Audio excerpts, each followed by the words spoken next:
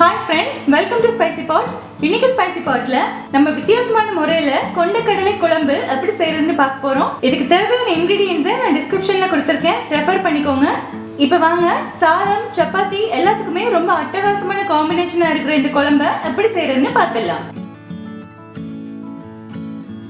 இப்போ நம்ம ஒரு மசாலா பேஸ்ட் ஒன்று ரெடி பண்றதுக்காக அடுப்புல ஒரு பேன் வச்சிருக்கேன். இதுக்காக நம்ம சில ingredients வதக்க போறோம். 1 டேபிள்ஸ்பூன் எண்ணெய் விட்டுக்கலாம். இப்போ எண்ணெய் சூடாயினதும் 2 வரமிளகாய் சேர்த்துடலாம். அது கூட 1 டீஸ்பூன் மிளகு, ஒரு 1.5 டீஸ்பூன் சீரகம் சேர்த்துடலாம். கூடவே 1/2 டீஸ்பூன் சோம்பு சேர்த்துடலாம். இப்போ இது எல்லாத்தையும் நல்லா பொரியிற வரைக்கும் வதக்கி விட்டுடலாம். இப்போ பாருங்க, இந்த மிளகு சீரகம் நல்லா பொரிஞ்சிட்டு இருக்கு. இப்போ ஒரு கைப்பிடி அளவுக்கு சின்ன வெங்காயம் சேர்த்துடலாம். கூடவே ஒரு 15 இருந்து 20 பல்லு பூண்டு சேர்த்துடலாம். இந்த மசாலாக்கு சின்ன வெங்காயம் சேர்த்து செஞ்சோம்னா ரொம்ப நல்லா இருக்கும் டேஸ்ட். உங்ககிட்ட சின்ன வெங்காயம் இல்லைன்னா நீங்க பெரிய வெங்காயம் கூட யூஸ் பண்ணிக்கலாம். இப்போ இது எல்லாத்தையும் நல்லா சாஃப்டா வர வரைக்கும் வதக்கி விட்டுருவோம். இப்போ பாருங்க, இந்த வெங்காயம் பூண்டு நல்ல கலர் மாறி சாஃப்டா வர ஆரம்பிச்சிருச்சு. இப்போ நம்ம ஸ்டவ் ஆஃப் பண்ணிட்டு இது நல்லா ஆறட்டும், அதுக்கப்புறம் அரைக்கிறது அப்படின்னு பார்த்துடலாம். இப்போ பாருங்க, நம்ம வதக்கின மசாலாவை இந்த மிக்ஸி ஜார்ல மாத்திருக்கேன். இப்போ ஒரு கைப்பிடி அளவுக்கு கீரின தேங்காய் எடுத்து நம்ம இதில் சேர்த்துடலாம். கூடவே ஒரு 4 டீஸ்பூன் மல்லித்தூள் சேர்த்துக்கிறேன். மல்லித்தூள் கொஞ்சம் ஜாஸ்தியா இந்த குழம்புக்கு சேர்க்கணும், அதுதான் நல்ல டேஸ்ட் கொடுக்கும். இப்போ இதுல கொஞ்சமா தண்ணி சேர்த்து நல்ல பேஸ்டா அரைச்சு எடுத்துடலாம். இப்போ பாருங்க, நம்மளோட மசாலா பேஸ்ட் சூப்பரா ரெடி ஆயிடுச்சு. இப்போ இதை யூஸ் பண்ணி நம்ம கிரேவி எப்படி செய்யறதுன்னு பார்த்துடலாம். இப்போ நான் ஸ்டவ்ல அதே பாத்திரத்தை வச்சிருக்கேன். மறுபடியும் ஒரு 2 டேபிள் ஸ்பூன் எண்ணெய் விட்டுடலாம். எண்ணெய் சூடாயினதும் 1/2 டீஸ்பூன் கடுகு சேர்த்துடலாம். கூடவே ஒரு கொத்து கருவேப்பிலை சேர்த்துடலாம்.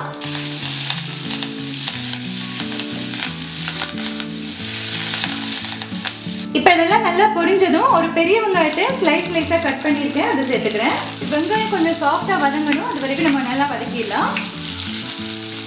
இப்போ பாருங்க, வெங்காயம் நல்லா வதங்கிடுச்சு. அடுத்து ஒரு தக்காளியை இந்த மாதிரி கியூப்ஸா கட் பண்ணியிருக்கேன், அதை சேர்த்துடலாம். தக்காளி சீக்கிரம் வதங்கணுங்கிறதுக்காக கொஞ்சமா உப்பு சேர்த்துக்கிறேன் இந்த ஸ்டேஜில்.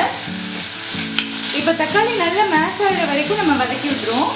இப்போ பாருங்க, தக்காளியும் நல்லா வதங்கிடுச்சு. இந்த ஸ்டேஜில் நம்ம அரைச்சு வச்ச இந்த மசாலா பேஸ்ட் இதில் சேர்த்துடலாம்.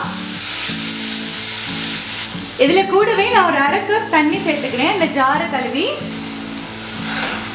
இப்போ இது எல்லாத்தையும் நல்லா மிக்ஸ் பண்ணிடலாம். இதுல நான் ஒரு 1/4 டீஸ்பூன் மஞ்சள் தூள் சேர்த்துக்கிறேன். நம்ம மஞ்சள் தூள் மட்டும் இதுல அரைக்கிறப்போ சேர்க்கல முன்னாடியே, அதனால இப்போ சேர்த்துக்கலாம். இதெல்லாம் நல்லா மிக்ஸ் பண்ணிட்டு ஒரு 2 நிமிஷத்துக்கு இது நல்லா வேகணும். இந்த மசாலாவை நம்ம ஏற்கனவே வதக்கி இருக்கிறதுனால 2 நிமிஷத்துல பச்சை வாசனை போக நல்லா வெந்துடும். இப்போ நம்ம மூடி போட்டு 2 நிமிஷம் வச்சிடலாம். இப்போ பாருங்க, 2 நிமிஷம் இந்த மசாலா நல்லா வெந்துட்டு இருக்கு. பச்சை வாசனை போய் அந்த மிளகு, ஜீரகம், பூண்டு, வெங்காயம் இதெல்லாம் சேர்ந்து ஒரு நல்ல ஒரு வாசனை வந்துட்டு இருக்கு. இந்த ஸ்டேஜ்ல நம்ம வேக வச்சு வச்சிருக்கிற கொண்டக்கடலைய அந்த தண்ணியோட சேர்த்து அப்படியே இதுல சேர்த்துடலாம். அந்த தண்ணியில தான் நிறைய சத்து இருக்கும், அதனால அந்த தண்ணியை வேஸ்ட் பண்ணக்கூடாது. அதையும் நம்ம இந்த கிரேவிலேயே சேர்த்துடலாம். நீங்க கொண்டக்கடலையை முன்னாடியே வேக வைக்கலன்னா அது அப்படியே போட்டு ப்ரெஷர் குக்கர்ல கூட 3-4 விசிலுக்கு வச்சிடலாம். இந்த மசாலா எல்லாம் குக் பண்ணி கொண்டக்கடலையை உள்ள போட்டு அதுக்கப்புறமா நீங்க ப்ரெஷர் குக்கர்ல 4 விசில் வைக்கலாம். இப்போ இந்த டிஷ்ஷுக்கு தேவையான அளவுக்கு உப்பு நம்ம சேர்த்துடலாம். கூடவே நான் கொஞ்சமா தண்ணி சேர்த்துக்கிறேன்.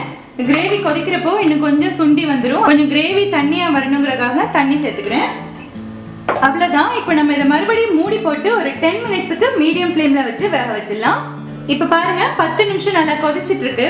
நம்ம நிறைய தண்ணி விட்டோம். இந்த கிரேவி இப்போ பாருங்க கொஞ்சம் வத்தி நல்லா திக்கா சாதத்துல ஊத்தி சாப்பிட்ற அளவு கன்சிஸ்டன்சில இருக்கு. இப்போ கடைசியில கொஞ்சமா கொத்தமல்லியில மேலால வாசனைக்காக தூவி விட்டுலாம். இது எல்லாத்தையும் நல்லா மிக்ஸ் பண்ணிட்டு ஸ்டவ் ஆஃப் பண்ணிட்டு நம்ம சர்வ் பண்ணிடலாம். இப்போ பாருங்க ஃப்ரெண்ட்ஸ், ரொம்ப ரொம்ப ஈஸியான டிஃப்ரெண்டான கொண்டக்கடலை குழம்பு ரெடி ஆயிடுச்சு. இது சாதத்தோட சேர்த்து சாப்பிட்டோம்னா ரொம்பவே சூப்பரா இருக்கும். சப்பாத்தி, ரொட்டி எல்லாத்துக்குமே அட்டகாசமான காம்பினேஷனா இருக்கும். இதுல நம்ம நிறைய மிளகு, ஜீரகம் இதெல்லாம் சேர்த்துருக்கிறதுனால சீக்கிரமா டைஜஷன் ஆயிடும். அதோட சளி பிடிச்சிருக்கிறப்ப நம்ம இந்த மாதிரி செஞ்சு சாப்பிட்டோம்னா நம்ம தொண்டைக்கு எதமா இருக்கும். இந்த ரெசிபியை நான் என்னோட ஃப்ரெண்டு கிட்ட கத்துக்கிட்டேன். எனக்கு ரொம்பவே பிடிச்ச ரெசிபி. நீங்களும் ட்ரை பண்ணி பாருங்க. உங்களுக்கு பிடிச்சிருந்துச்சுன்னா என் சேனலை சப்ஸ்கிரைப் பண்ணுங்க, உங்க ஃப்ரெண்ட்ஸ் அண்ட் ஃபேமிலி கூட ஷேர் பண்ணுங்க. நன்றி.